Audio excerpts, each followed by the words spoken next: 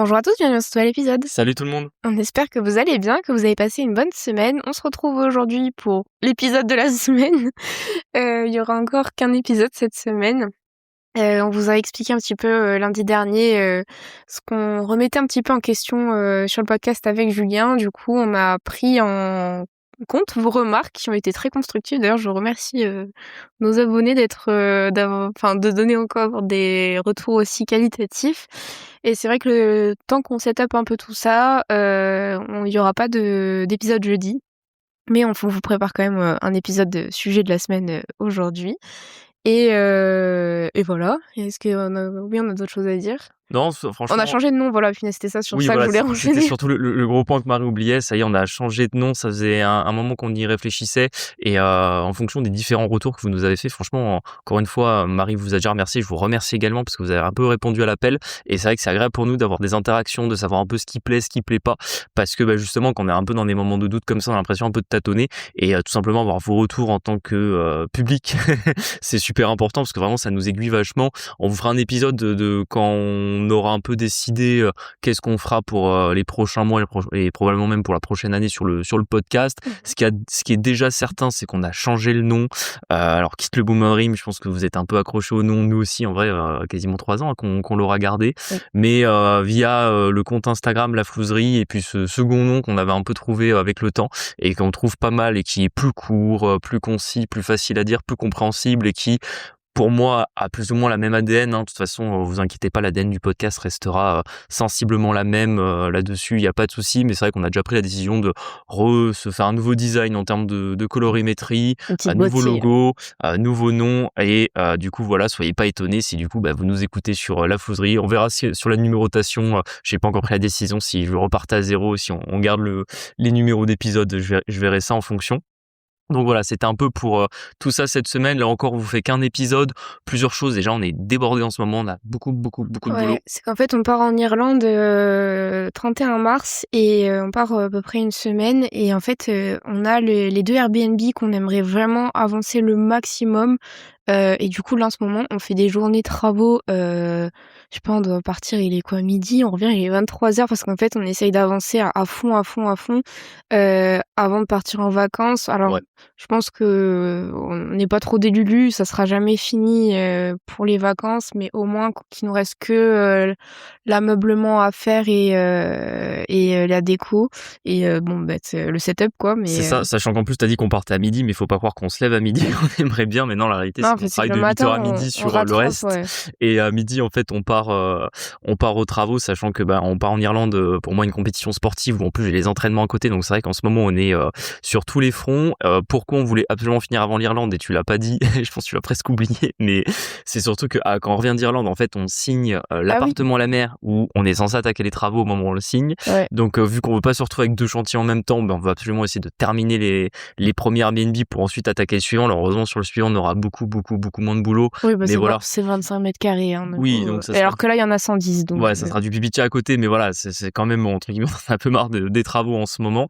Et puis c'est surtout qu'on s'était dit, voilà, comme on était un peu en remise en question et en interrogation sur le podcast, c'est aussi le moment d'espacer un peu plus les épisodes, de nous récupérer peut-être un peu de créativité là-dessus. Et on préfère vous faire un épisode quali que de se forcer, entre guillemets, à faire 2 épisodes. Donc voilà, c'est ouais. simplement pour ça. Puis au niveau des actus, en plus, on n'a pas énormément de choses à raconter. Enfin, en tout cas, qui se racontent à l'oral. Par exemple, on peut vous montrer nos actus chantiers, mais les dire à l'oral, c'est un peu bizarre, je pense. Alors aujourd'hui, on a posé 10 mètres carrés de parquet, on a fait 136 découpes, on a cassé Savez-vous 3 que lames. si vous reportez un angle, voilà, bref. Non, c'est pour ça, on a des choses un peu moins intéressantes. On a des sujets qui stagnent un petit peu aussi. On a certains qui ont avancé, donc on vous en avait raconté dans les dernières semaines. On a d'autres qui stagnent un peu pour l'instant. Sur les nouveaux projets, bien évidemment, ça avance, mais bon, vous le savez, l'immobilier c'est lent. Là, j'ai à peine signé un compromis sur notre prochain immeuble. Bon, on en reparlera plus en détail, mais bon, on l'a déjà présenté 2 ou 3 fois ces derniers mois, cet immeuble-là. Donc c'est pour ça, on vous fera les actus certainement semaine prochaine. Et là, du coup, on a préféré vous faire un sujet un peu thématique juste avant qu'on l'attaque. 3 dernières choses, parce que oui, c'est pas nos actus d'investisseurs, mais c'est quand même un peu les actus du podcast quand même. Ça y est, là vous écoutez l'épisode au mieux lundi, sinon plus tard dans la semaine. On a sorti une vidéo sur YouTube, n'hésitez pas à la voir avec le nouveau monteur avec qui on travaille, n'hésitez pas aussi à faire un retour sur le montage, parce que bien évidemment, on travaille avec lui, c'est important pour nous de savoir un peu ce que vous en pensez en tant que public, si ça vous plaît ou pas, et nous, en fonction, on peut s'adapter derrière. Donc n'hésitez pas à aller sur la chaîne YouTube La Flouserie, vous avez tous les liens en bio dans tous les cas, comme à chaque fois. Également, n'hésitez pas à partager cet épisode autour de vous, à nous mettre la note 5 étoiles sur Spotify, sur Apple Podcasts ou sur les éventuels autres boutons que vous pouvez avoir sur vos différentes plateformes.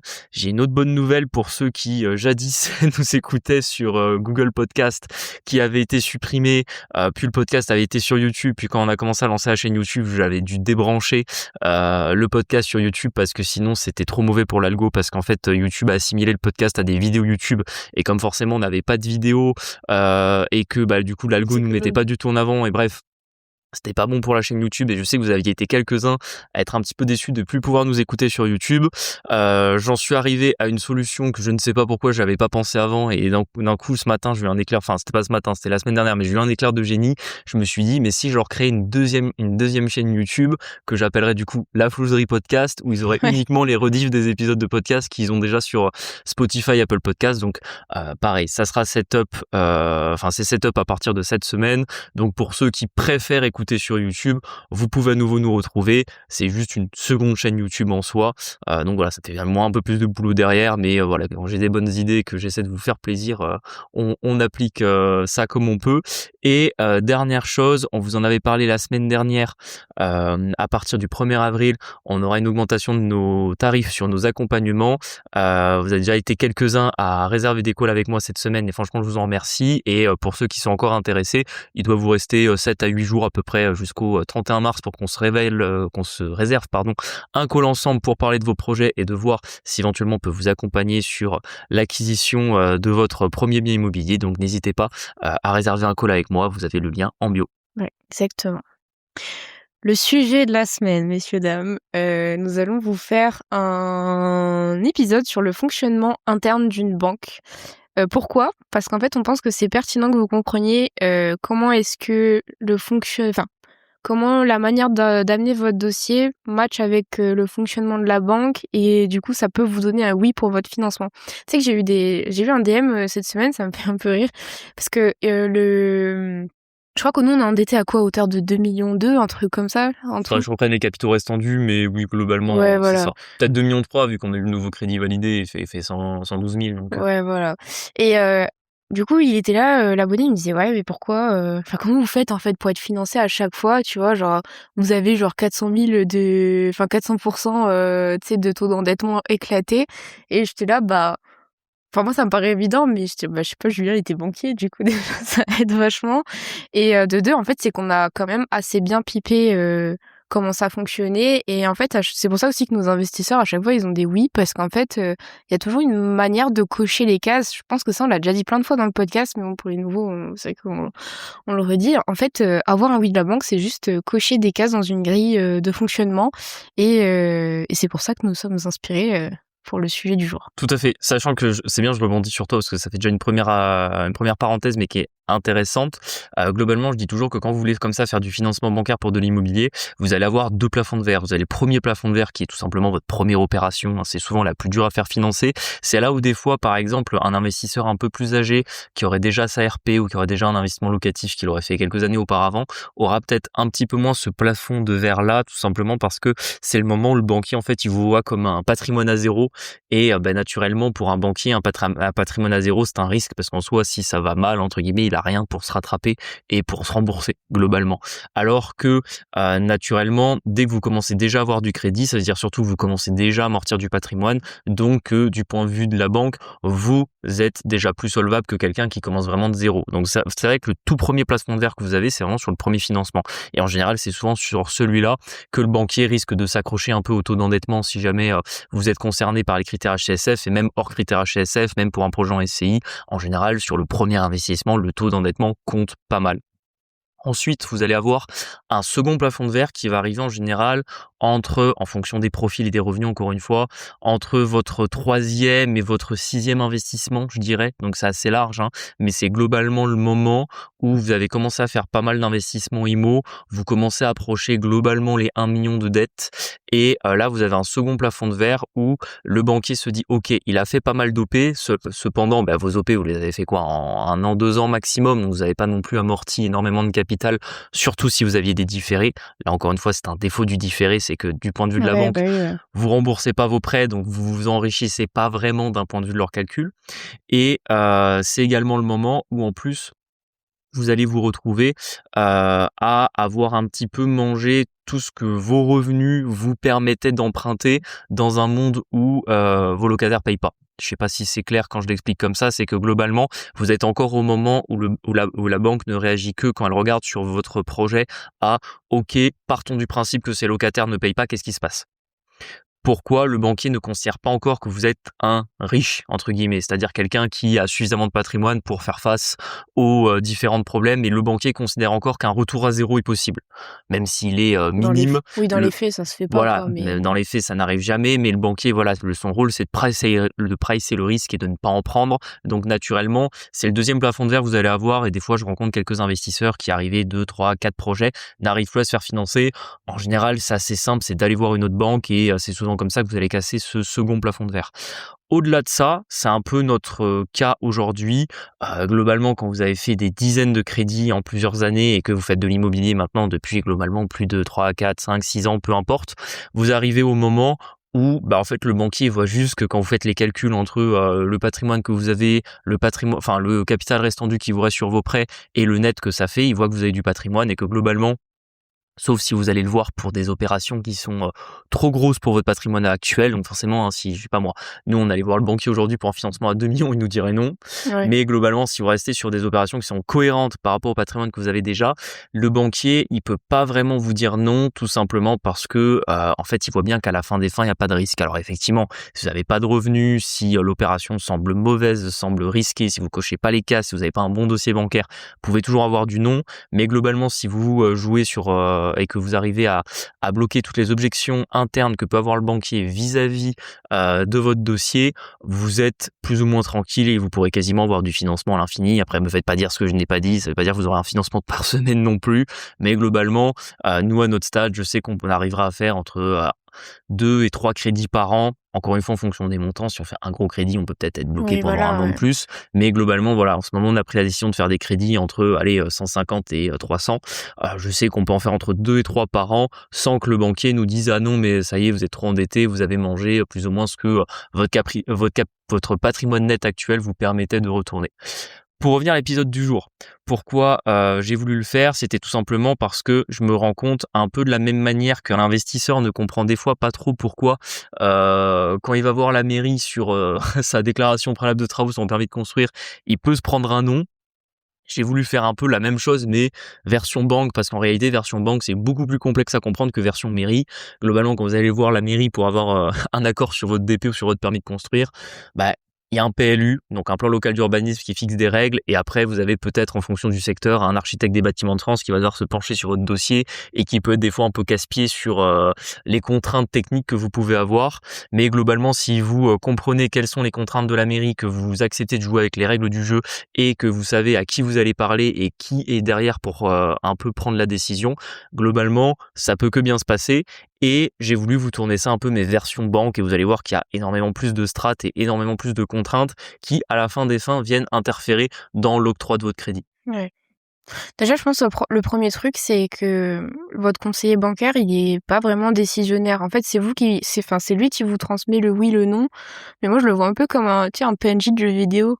Tu sais, t'es en train de faire une quête, il faut que tu ailles chercher des trucs. Tu viens le voir, il dit oui, non, tu vois, et tu dois recommencer si c'est pas bon, tu vois. C'est vrai que malheureusement, il y a énormément de banquiers qui se comportent un peu comme des PNJ, surtout en ce moment. Mais c'est vrai que le banquier n'est pas la personne qui prend la décision sur votre Non. crédit. Par contre, ça peut être un très fort allié. Et là encore, c'est déjà une première nuance à comprendre, c'est qu'encore une fois, le monde n'est pas blanc ou noir. C'est pas le conseiller prend la décision ou la prend pas. C'est en réalité, il a une influence sur la décision sur votre dossier, mais c'est pas lui qui la prend. Après, toujours pareil, en fonction des cas, il peut être plus ou moins proche de la personne qui va prendre la décision. Et quand je dis plus ou moins proche, c'est plus ou moins proche en termes de amitié. Des fois, il peut être ami avec son expert crédit ou son directeur d'agence, ça peut faciliter votre dossier. Ou il peut être plus ou moins proche en termes de strat. Dans certaines banques, sur un crédit donné, ça va être son N+1, donc son directeur d'agence qui va donner son accord. Dans certaines autres banques, c'est un décisionnaire à Paris qui est parfois échelon 5 ou 6 par rapport au conseiller que vous avez en face de vous, qui va finir par prendre la décision. Donc autant vous dire quelqu'un sur qui il n'a même aucun contact direct, quoi. Oui, Ce oui, n'est oui. qu'un téléphone arabe entre votre conseiller et les différentes strates qui vont finir par prendre une décision dessus. Donc vraiment, ça, c'est déjà le premier point super important à comprendre. Quoi qu'il arrive, et ça on a déjà beaucoup parlé dans ce podcast, convaincre le conseiller, c'est important. C'est-à-dire, c'est ce que je disais il y a à peine 5 minutes, contrer ses objections internes sur votre dossier, le rassurer, lui faire comprendre que votre dossier n'est pas risqué et que vous avez tout anticipé, ça déjà c'est la base. Mais ensuite, qu'est-ce qui va faire que derrière votre conseiller va pouvoir ou pas prendre tout simplement votre dossier et le faire accepter par sa hiérarchie, ou tout simplement qu'est-ce qui va pouvoir jouer dans la prise de décision de sa hiérarchie. Tu dis souvent que le crédit, c'est un produit d'appel. Du coup, pourquoi? C'est vrai qu'aujourd'hui, en fait, on peut avoir des fois l'impression que quand on va demander un crédit à la banque, tout simplement, on va payer des intérêts sur le remboursement de Ouais, son ouais. prêt et que c'est ça qui va enrichir la banque. En réalité, la banque ne gagne vraiment pas grand-chose sur le crédit. Pour tout un tas de raisons, pour vous les résumer simplement, c'est avant tout pour des questions de risque depuis la crise des subprimes. C'est-à-dire que globalement, avant la crise des subprimes, la banque, elle pouvait prêter avec comment on appelle ça, un levier énorme, l'argent qu'elle avait. Donc je sais pas, pour vous dire, si la banque elle avait dans ses coffres 100 euros, elle pouvait peut-être prêter 100 000 euros. Donc elle avait un effet de levier de 1000 sur l'argent qu'elle avait dans ses coffres. Depuis la crise des subprimes, ça a été énormément bloqué pour justement éviter les banques qui entre guillemets mettaient tout un tas de produits financiers sur le marché, parce qu'il faut bien voir que le crédit, même immobilier, est un produit financier d'un point de vue de la réglementation, et tout simplement que ça soit en adéquation à ce qu'elle a dans ses coffres. Donc le problème, c'est que quand la banque vous prête de l'argent, en fait, elle vous prête de l'argent qu'elle pourrait mettre dans une autre activité. Et en soi, un crédit dont vous allez payer des intérêts à, je sais pas moi, 3,5% par an, alors qu'elle a dû payer un conseiller, un loyer d'une agence, Ouais, on tout rentre pas vraiment l'entretien dans qui ses va frais, quoi. avec, les logiciels de ceux qui ont travaillé sur votre crédit, les salaires de l'expert crédit qui a travaillé dessus, autant vous dire que les 3,5 que vous allez lui payer, elle gagne pas grand-chose. Autant vous dire que l'argent, les 200 000 euros que vous avez emprunté pour votre investissement locatif, la banque, ça aurait été plus rentable pour elle de la mettre dans un produit financier qu'elle aurait investi à Londres ou à New York. Alors, pourquoi est-ce qu'elle vous paye un crédit? Elle vous paye un crédit parce que ça va être un produit d'appel pour d'autres produits, tout simplement. Donc, c'est-à-dire que c'est via le crédit qu'elle va vous attirer pour vous vendre autre chose. Tu avais une question? Ouais, non, j'ai pas une question, mais c'était plutôt une remarque. En fait, c'est vrai que j'ai l'impression. Alors moi, j'ai cette vision-là en mode, c'est chiant de demander un crédit à un banquier, tu vois, dans le sens où je sais que c'est pas ce qui le régale de lui prendre un crédit, mais ça, je pense parce que on est ensemble et que du coup, je sais comment ça fonctionne. Et j'ai l'impression que dans l'imaginaire collectif, tu vois, genre le banquier devrait être flatté qu'on lui demande un crédit, tu vois ce que je veux dire? Parce Oui, que aussi pendant les années 2020, là, quand ça s'est vachement, quand ils ont ouvert les vannes, bah, c'était des oui partout, et cetera. Et en fait, entre-temps, bon, bah, voilà, les taux sont remontés, et cetera. Mais c'est vrai qu'en fait, pour le banquier, c'est super chiant de faire un crédit et qu'en fait, si vous lui apportez pas autre chose, il y a aucun monde où il vous fait un crédit, tu vois, s'il sent pas que t'es un peu bankable, en fait, bon, il va pas te le exactement. faire. En fait, la marge sur le crédit, elle est faible, hein, comme je l'expliquais juste avant. Il y a une forte concurrence parce que, bah, entre guillemets, les meilleurs dossiers vont pouvoir peut-être avoir des oui de plusieurs établissements bancaires, donc tirer les taux vers le bas. Et tout simplement, en termes de risque, même s'il y a peu de défauts sur les crédits immobiliers, les crédits sur les entreprises, le nombre de défauts augmente parce que bah, Augmente, la ouais. situation économique est pas terrible en France. Et ça, naturellement, ça tire le risque global de la banque et ça peut tout simplement la limiter dans ses crédits. Moi, c'est ce qui m'est arrivé quand je travaillais au Crédit Agricole entre 2023 et 2024. Globalement, le niveau de risque sur les entreprises avait tellement monté suite à la guerre en Ukraine, le retour de l'inflation, la fin des pré-Covid. C'était énormément de choses qui avaient fait que globalement le risque sur les entreprises avait été monté de manière significative et on nous avait limité sur les crédits immobiliers. Ouais. On ne pouvait faire, je sais pas, je vais pas vous dire de bêtises, mais alors que peut-être en 2020 ou 2021, j'avais fait, je sais pas moi, 5 millions d'euros de crédit immobilier dans l'année. En 2023-2024, j'en ai peut-être fait que 2. C'est Donc on ça. m'avait quasiment divisé par 2, divisé par 3 le nombre de crédits que je faisais. Et je suppose aussi que du coup, bah, En plus, quand tu as, par exemple, un comité de crédit ou un back-office qui est un peu pénible, tu sais, t'as pas envie de monter un crédit où t'es pas sûr que ça passe, tu vois. Parce que vu le temps que t'y passes à le monter, en fait, si toi, en tant que banquier, tu manges un refus, en fait, t'auras juste travaillé pour rien. Puis tu dois expliquer après au client qu'en fait, bah, c'est non, Et du que t'as mis coup... 6 semaines à lui dire Non, non. mais c'est ça, voilà, et qu'en plus, il est dans le juice pour signer, quoi. Donc, Complètement. C'est pour ça que des fois, en fonction des rendez-vous, ça peut arriver que vous ayez un peu des rendez-vous lunaires avec des conseillers qui vont qui vous veulent dire pas, non ouais. dès le premier D'office, ouais. rendez-vous, des fois avec les mauvaises justifications, mais c'est tout simplement parce qu'ils sont pas assez sûrs de votre dossier ou pas assez sûrs d'eux-mêmes en tant que conseiller pour le défendre. Il faut savoir aussi que moi je le vois, c'est là où je parle souvent de niveau des banquiers. Globalement, un banquier qui manque d'expérience ou qui est pas très bon là-dedans peut ne pas forcément comprendre pourquoi un crédit est accepté ou pas accepté, et du coup ça le met dans une position où globalement c'est toujours pareil, hein, dans la vie, ce que vous avez déjà raté, vous n'avez pas forcément envie de le rater, sauf si vous êtes sûr que ça passe. Donc globalement, c'est un peu l'effet qu'il va avoir avec certains prêts, où il va se dire oh là là, non, c'est compliqué, je risque de faire des erreurs, je vais y perdre du temps, je vais passer pour un con, et en plus le client à la fin, je suis pas sûr de pouvoir le faire financer. Hmm. Donc ça, c'est le souci. Ensuite, qu'est-ce que veut vraiment vous vendre la banque? La banque veut vous vendre en fait tous les produits qu'il y a à côté du crédit. Donc déjà, elle veut vous domicilier les revenus parce qu'elle va vous facturer des frais bancaires, et que globalement, l'argent que vous laissez sur vos comptes bancaires, la banque l'utilise pour tout simplement de la ressource qui lui permet de prêter à d'autres, tout simplement. Donc ça déjà, ça fait rentrer de l'argent. Ensuite, il va y avoir toutes les assurances, que ce soit votre assurance emprunteur ou l'assurance de votre maison, de votre voiture, de votre carte bancaire. Il faut savoir que par exemple, sur l'assurance emprunteur, la marge de la banque, elle est gigantesque, hein. La banque, elle marge peut-être aux 2/3 de ce que vous payez en assurance par mois. Moi, je le voyais, et comment je l'en ai déduit, c'est que à une époque, en tant que conseiller, je pouvais faire moins 60% sur l'assurance de mes clients. Donc je me disais, ok, s'il me laisse à ma main de mettre moins 60% sur l'assurance emprunteur d'un client, c'est qu'à mon avis, même en faisant moins Ils sont toujours 60%, aussi ils sont rentables. toujours aussi rentables, exactement. Donc c'est là où j'en avais déduit qu'à mon avis, quand vous aviez une assurance emprunteur, vous aviez 70% qui était en marge à la banque. Et d'ailleurs, c'est ce qu'on voit qu'en général, un client fait une délégation d'assurance, donc passe par une autre compagnie, et qui divise par 3 ou par 4 ses ADE. Enfin, les ADE, c'est assurance des emprunteurs, du coup. Donc c'est exactement là où tu te rends compte qu'en fait, là où ils gagnent vraiment de l'argent, c'est sur ce genre de trucs.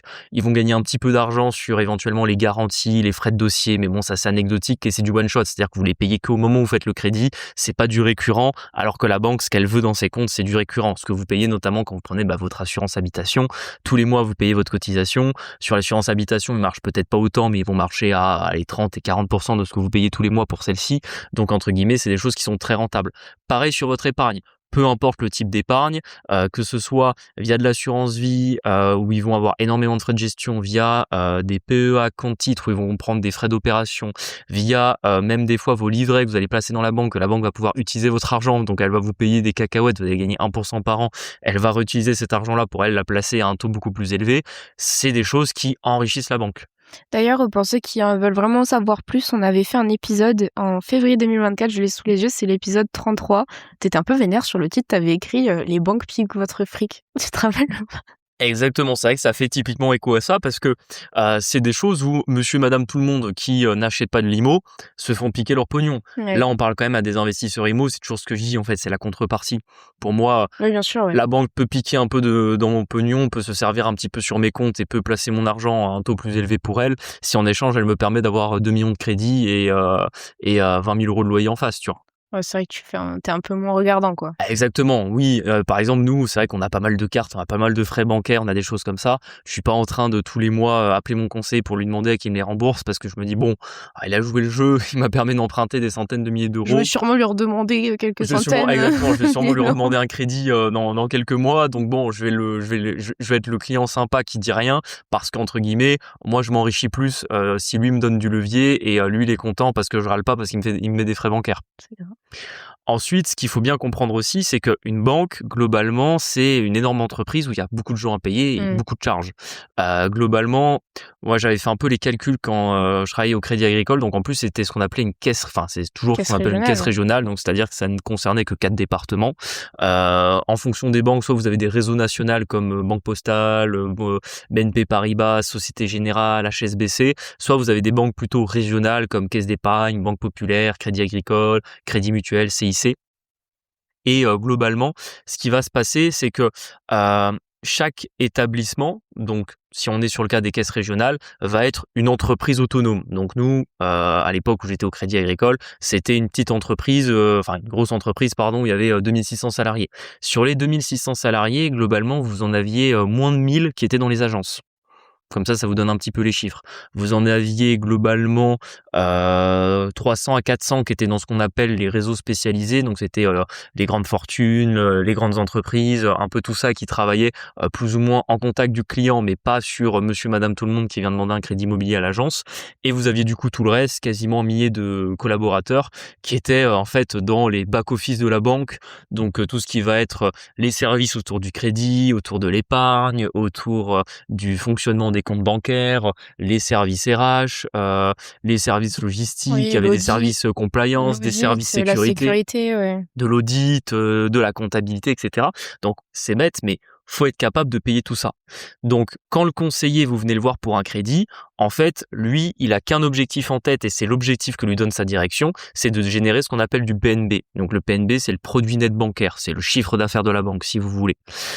Donc globalement, lui, quand vous venez le voir, vous voulez faire passer un crédit et vous avez l'impression qu'en face, vous avez quelqu'un qui veut vendre du crédit, donc a tout intérêt à faire passer votre crédit. Et en réalité, c'est pas comme ça que ça fonctionne. C'est que lui, il se dit, OK, le crédit, je vais pas gagner grand-chose. Comment est-ce que je vais pouvoir générer du PNB sur le client? Et c'est là où on en revient à ce que je vous dis sur les contreparties quand vous négociez avec le banquier, c'est que c'est là où il va pouvoir générer du PNB et ça va faire une différence sur votre dossier. Ensuite, dans la prise de décision du dossier, faut bien voir que vous allez, là encore, et c'est pour ça que sur des dossiers compliqués, des fois le conseil que vous avez en face de vous ne veut même pas tenter de faire passer le dossier, c'est que vous allez avoir deux contradictions différentes qui vont venir s'affronter. D'un côté, vous avez la décision risque, donc typiquement l'expert crédit qui vient analyser le dossier, et de l'autre côté, vous avez la direction commerciale. Sachant que sur des dossiers, en fonction des strates, des fois, ces deux personnes sont la même. Donc, par exemple, si vous êtes dans une agence et que c'est le directeur d'agence qui a le dernier mot sur votre dossier, entre guillemets, il est à la fois le délégataire risque et le délégataire commercial. Donc, c'est lui qui décide d'octroyer un crédit et c'est aussi lui qui va pouvoir éventuellement vous fixer un taux plus sympa ou voir si ça vaut la peine de vous avoir comme nouveau client. Et à certains moments sur certains dossiers, ça peut ne pas être le cas. C'est-à-dire que vous allez avoir, si par exemple c'est le N+3 de votre expert crédit qui prend la décision, vous en tant que conseiller bancaire, vous êtes là en train d'essayer de faire valider le dossier par l'aspect risque, et de l'autre côté, vous avez l'aspect commercial, soit qui peut être très chaud pour faire passer le dossier, soit l'inverse qui peut ne pas être chaud du tout en disant oui, niveau risque ça passe, mais qu'est-ce qu'on a à gagner Ouais, avec ce qu'est-ce qu'on client? gagne en fait, ouais. Donc vous voyez, c'est vraiment pour vous dire que franchement, en fonction des cas, en tant que conseiller, ça peut être compliqué parce que si vous n'arrivez pas à aligner le fait que votre délégataire risque trouve le dossier intéressant et le fait que le délégataire commercial également, vous pouvez être là dans des cas où vous avez un oui et un non, sauf qu'en fait le client en face il comprend pas, il ne sait pas tout ça, il a l'impression qu'il y a que la banque qui lui parle et via le conseiller. En réalité, vous avez plusieurs forces en interne qui vont venir s'affronter sur le dossier de savoir si on le fait ou on le fait pas. Et par exemple, enfin, tu as des exemples de ce qui peut être intéressant, mais tu vois, par exemple, genre, on n'a pas envie de conseiller aux gens de prendre des assurances vie, tu vois, parce qu'en fait, écoutez l'épisode 33 et vous comprendrez pourquoi. En fait, ils rentreront jamais dans leurs frais, tu vois, donc prendre une assurance vie, c'est pas forcément pertinent, mais est-ce qu'on peut proposer, du coup, au banquier, des trucs un peu plus accessibles, tu vois? Tu vois ce que je veux dire ou pas? Oui, en fait, là où la banque elle va kiffer, c'est quand vous lui vendez du rêve. C'est-à-dire que J'ai 100 millions ailleurs. alors peut-être pas de cette manière-là, mais c'est que globalement, l'assurance vie, bon, vous pouvez l'ouvrir pour faire plaisir au conseiller, parce qu'en fait, vous lui validez ses chiffres en mode, c'est un peu les bûchettes, il doit faire un certain nombre d'assurances vie Oui, par oui, an, oui. et du coup, vous faites avancer son chiffre. Mais c'est vrai qu'en termes de PNB, forcément, si vous mettez 500 balles sur une assurance vie, ça va pas changer grand-chose. Globalement, ce qu'il faut essayer de faire, c'est que il faut que le banquier puisse avoir son côté commercial, donc un peu sa main droite commerciale, qui soit attiré par votre dossier et que cette partie commerciale soit suffisamment attrayante pour qu'entre guillemets, il puisse faire le bras de fer avec sa main gauche qui est la partie risque. Si j'essaie de vous le schématiser un petit peu. Et globalement, ce qui va bien marcher, c'est qu'en général, essayez de vendre soit ce que vous faites, soit votre entourage. Deux exemples, peut-être que vous êtes profession libérale, vous êtes peut-être chef d'entreprise. c'est des choses qui intéressent énormément le banquier. Ça veut pas dire qu'il faut tout lui donner et déplacer tous vos comptes. Ça, après, savoir dans la négo cas par cas. Mais en général, d'un point de vue commercial, ça va le convaincre. Il va se dire, OK, je récupère une entreprise. On va pas se mentir, les entreprises, c'est ce qu'il y a de plus rentable pour les banques. C'est là où elles gagnent le plus de pognon. Et à l'inverse, ça peut permettre de convaincre un peu sa main gauche qui est sa partie risque, de lui dire, bon, peut-être le dossier, c'est pas le meilleur qu'on ait vu. Il y a peut-être quelques objections en termes de risque parce qu'il y a trop de travaux, parce que c'est pas loué, parce que en termes de taux d'endettement, c'est pas incroyable, en termes de revenus de l'emprunteur, c'est pas terrible non plus. Voilà, c'est des choses qui peuvent permettre de convaincre et de permettre qu'il fasse le dossier quand même, ou en tout cas que votre conseiller soit suffisamment motivé pour le faire. Et puis éventuellement, grâce à la partie commerciale, aller chercher l'appui de son directeur d'agence, voire de son directeur de secteur. Donc si on récapitule, la banque principalement pour qu'elle soit favorable à un oui sur un crédit, bon, il y a déjà tout ce qui est taux d'endettement, stabilité des revenus reste à vivre, cohérence du projet, et aussi le fait qu'on soit un peu bankable. Ça, c'est vraiment les critères à cocher pour qu'elle te dise oui en fait. Je le tournerai pas comme ça. Je le tournerai plutôt t'as un ensemble de critères risques et éventuellement, si t'es pas capable d'intégralement les remplir, couvrir, ouais. tu peux t'appuyer sur l'aspect commercial, ce que tu appelles être bankable. Moi, je dirais plutôt, faut lui vendre un peu de rêve en mode, il fait pas juste un crédit à sec, tu vas lui prendre des assurances, tu vas ramener tes comptes, Ouais, tu peux ramener ton conjoint, quoi. tu peux ramener les comptes de tes enfants si t'en as, tu peux peut-être même ramener les comptes de ton daron ou les comptes d'un ami. Tu vois, en fait, tu peux vraiment amener beaucoup de choses au banquier. Et quand il commence à voir qu'en fait, t'es un peu le client qui va lui faire ses chiffres, là, il est très chaud de faire ton dossier. Et il peut même être chaud au point de déroger un petit peu sur ses règles pour faire passer ton dossier. Je l'ai fait pour quelques clients à l'époque. J'ai triché un petit peu sur leurs revenus, leurs dossiers. Des fois, je m'étais fait gauler, des fois pas, parce qu'il faut savoir aussi que les conseillers sont très contrôlés. Il y a énormément de contrôle interne, etc., d'audit, etc. Enfin, moi, j'étais pas le plus respectueux de leurs normes, parce que souvent, je trouvais les manières qu'ils avaient de monter les crédits complètement cons. Quand ils étaient tes collègues, tu t'envoyaient un Teams. Bonjour Julien, je vois que tu as rempli ce bordereau. Cependant, il manque celui-là. As-tu bien complété? Et là, il est en mode. Exactement, où je mettais les avis d'impôt de pas les bonnes années pour essayer d'arranger mes clients. Mais si vous voulez, j'avais vraiment une logique un peu de banquier. J'avais des clients, ils pesaient genre 10 millions. Alors quand ils me demandaient un prêt à 100 000 balles. Ouais, tu chipotais pas trop, quoi. Ouais, parce qu'en fait, s'ils se pètent pour le coup, toi, c'est un peu plus exactement. chiant En fait, de si faire je les tes gonflais chiffres, à leur demander 1 milliard de documents, ils allaient aller ailleurs. Du coup, j'arrangeais les dossiers et je faisais du bric et du broc. Ça, c'est quand même un truc de boomer, de pas vouloir donner les papiers, parce que moi, en compta, j'avais les mêmes. Et en gros, ils sont là, on ne comprend pas pourquoi vous avez besoin d'autant de papiers. En fait, je suis là, Macron, en fait, tu vois. Ouais. Vous avez mal voté pendant 40 ans. Ouais, t'as mal voté pendant 40 ans. C'est pour ça qu'en fait, je te demande autant de papiers, tu sais. Ouais, je te jure. Et du coup, contrôle de l'audit, contrôle hiérarchique. Donc c'est pour ça que là encore une fois, en fonction de qui vous tombez en face, vous pouvez avoir peut-être des gens qui sont un peu plus filous et que si vous leur vendez un peu de rêve ou qui se disent que entre guillemets vous allez rentrer dans leurs meilleurs clients, ils peuvent avoir envie absolument de faire votre dossier, de tricher un peu là-dessus. Ou alors vous allez tomber sur ceux qui sont pas du tout à l'aise, voire des fois ceux qui ne savent pas bien calculer les revenus, parce que là j'en ai pas parlé jusqu'à maintenant, mais la politique crédit de la banque, elle change énormément. Vous pouvez avoir des changements de politique crédit 3 à 4 fois par an. Donc en plus, si malheureusement vous tombez sur un conseiller qui est pas très à l'aise avec les calculs des revenus et que vous avez une situation qui est pas parfaitement simple, vous pouvez vous retrouver avec quelqu'un en face qui a pas envie de prendre de risques là-dessus. C'est facile d'être le favori de son conseiller ou pas? Parce que bon, toi, t'es en banque d'affaires, du coup, c'est un peu plus chaud quand t'as des books qui pèsent plusieurs millions en face et qui ont tous les intermarchés de la région, si tu veux, mais bon, quand t'es monsieur, madame, tout le monde et que tu commences à l'investissement IMO, en vrai, c'est pas si dur, non, je pense, d'avoir... Oui, globalement, bien se faire voir, tu vois. Globalement, pour 3 conseils que je peux vous donner là-dessus sur accrocher votre conseiller. Déjà, le premier, c'est la sympathie. Faut pas oublier, vous avez quand même des êtres humains, même si vous avez l'impression que c'est une grosse machine et que finalement il a pas tant de poids décisionnel dessus. Déjà, s'il vous kiffe ou qu'il a passé un bon moment avec vous, ça peut beaucoup aider. Le deuxième, c'est vraiment de lui donner l'impression que vous venez en tant que professionnel pour créer une relation avec lui. Il faut savoir que vraiment, moi, ce que j'ai trouvé en banque, le travail en B2C, donc vous êtes professionnel, vous travaillez avec un customer, donc avec des clients, c'était très compliqué parce que vous avez l'impression d'avoir des gens qui pipaient rien en face et qui étaient des enfants pourri gâtés. C'était un peu l'impression que j'en avais. Donc quand vous vous comportez comme un professionnel, tout de suite ça donne un coup de respiration au conseiller. Donc il se dit OK, lui en fait il a compris comment ça fonctionne, donc je vais pouvoir lui parler un peu d'égal à égal d'un terme business et on va pouvoir négocier. Troisième chose, il faut absolument lui faciliter le travail et c'est pour ça que le dossier doit absolument être bien monté et que entre guillemets vous devez lui donner l'impression que vous lui avez mâché le travail. Ce qu'on voulait surtout vous expliquer dans cet épisode, c'est que, en fait, la banque, c'est tellement complexe que résumer l'interface par le banquier d'avoir un oui ou non, en fait, c'est assez simple.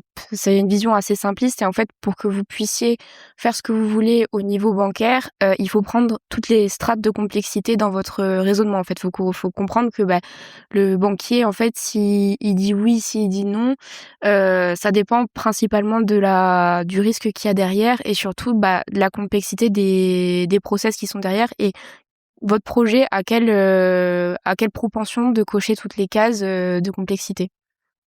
Oui, je suis assez d'accord avec toi. Pour moi, c'est même au-delà de ça, c'est de bien comprendre que le banquier a 2 mains, la main risque et la Ouais, main voilà, ouais. commerciale, et qu'en fait les 2 doivent matcher. Après, les 2 peuvent être parfaites ou être moins bien, ça après peu importe, encore une fois, ça va dépendre quel banquier, à quel moment vous tombez, dans quelle agence, quels sont leurs objectifs, est-ce qu'ils ont déjà fait beaucoup de crédits cette année ou pas.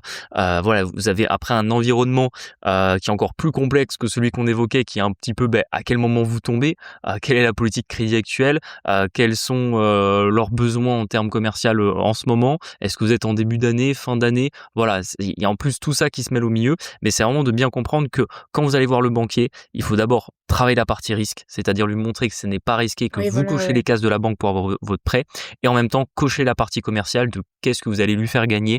Et si au milieu vous arrivez justement à mettre un peu le biais de sympathie en face, de faire en sorte que le banquier il parle à un professionnel et qu'il parle pas juste à un client qui ne fait pas d'effort de vouloir comprendre quelles sont ses contraintes, là en soi vous avez tout gagné pour que le banquier essaye de prendre le temps pour travailler avec vous.